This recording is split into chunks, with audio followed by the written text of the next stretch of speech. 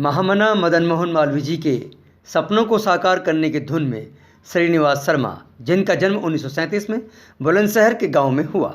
श्री शर्मा ने हिंदुस्तान स्काउट्स एवं guides association से सन 1998 में इनसे जुड़े।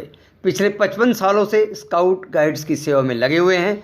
आज उनकी आयु 83 वर्ष की है, फिर भी स्काउटिंग के माध्यम से देश की सेवा में लगे हुए हैं। उन्होंने बतौर एक अध्यापक की नौकरी से निवृत्त होकर अपनी पेंशन और ग्रेजुटी की राशि भी स्काउट एंड गाइड्स की सेवा में समर्पित कर दी। श्रीनिवास शर्मा ने स्काउटिंग शिक्षा को हिंदुस्तान स्काउट्स एंड गाइड्स संस्था के द्वारा 23 राज्यों में पूर्ण रूप से फैला दिया। आइए देखते हैं एक रिपोर्ट। जी सर, अपना नाम बताइए। मेरा नाम श्रीनिवास शर्मा है जी। और मैं मूल से उत्तर प्रदेश से हूँ, लेकिन यहाँ मैं 4 सितंबर 1959 में अध्यापक बना था और 1997 में केवल लेक्चरर राजनीतिक विज्ञान के रूप में रिटायर हुआ। और 1998 में 26 नवंबर 1998 को Hindustan scouts and guides association का राष्ट्रीय स्तर पर रजिस्ट्रेशन कराया गया। भारत सरकार के खेल मंत्रालय से जुड़े रहे हम और 7 मार्च 2001 को भारत सरकार के खेल मंत्रालय से हमारी संस्था हिंदुस्तान स्काउट गाइड एसोसिएशन को मान्यता प्राप्त हुई।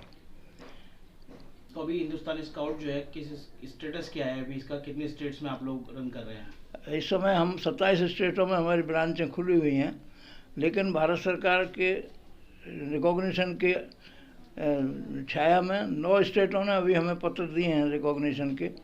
ग्रांट केवल हमें राजस्थान और हरियाणा से मिल रही है और स्टेटों से नहीं है। क्या वजह मान रहे हैं कि इतना होने के बावजूद, क्योंकि स्काउट एक ऐसी चीज़ है इसमें युवा सारे शामिल रहते हैं, हर वर्ग के लोग शामिल रहते हैं, क्या वजह मान रहे हैं कि गवर्नमेंट पूरी तरह से इनको जो है ध्यान नहीं दे पा रही?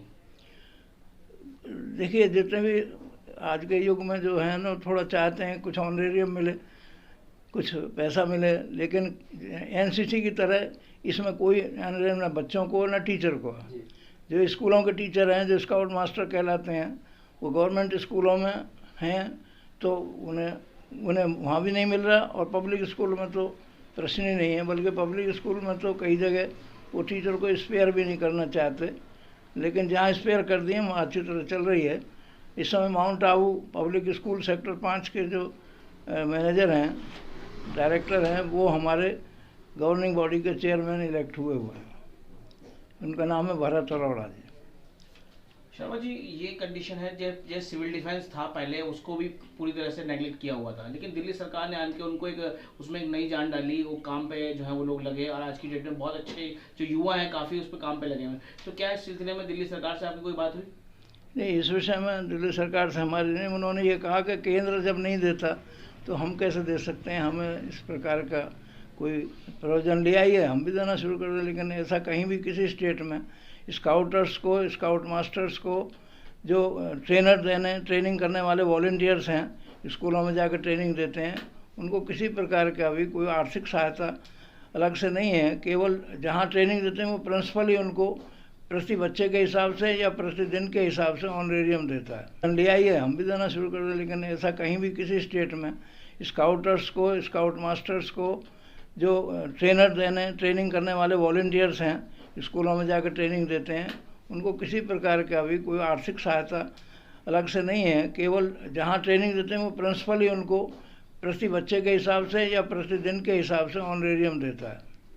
अच्छा, आपका नाम जो है लगातार चर्चा में रहा, चलता भी रहा, और क्या वजह मान रहे हैं कि कहाँ रही कमी, चूक कहाँ हुई?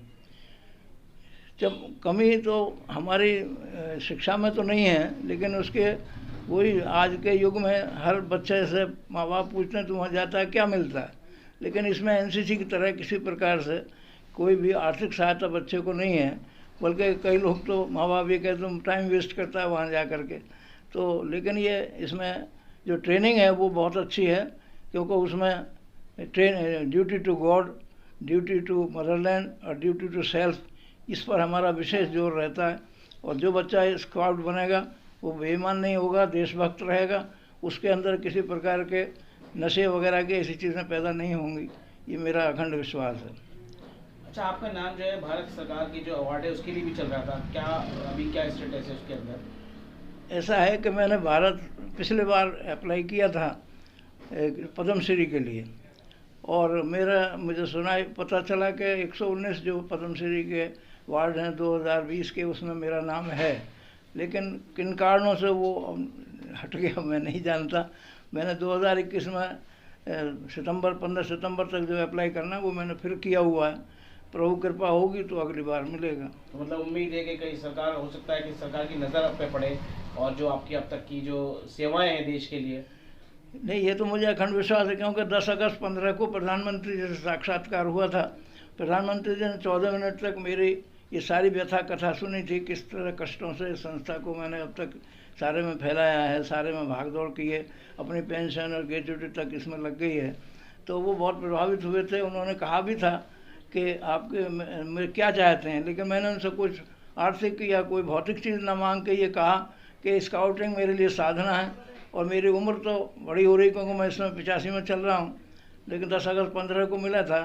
तो मैंने कहा मैं 80 का होने वाला हूँ, मेरी उम्र तो टूट रही है पर मेरी साधना न टूट जाए।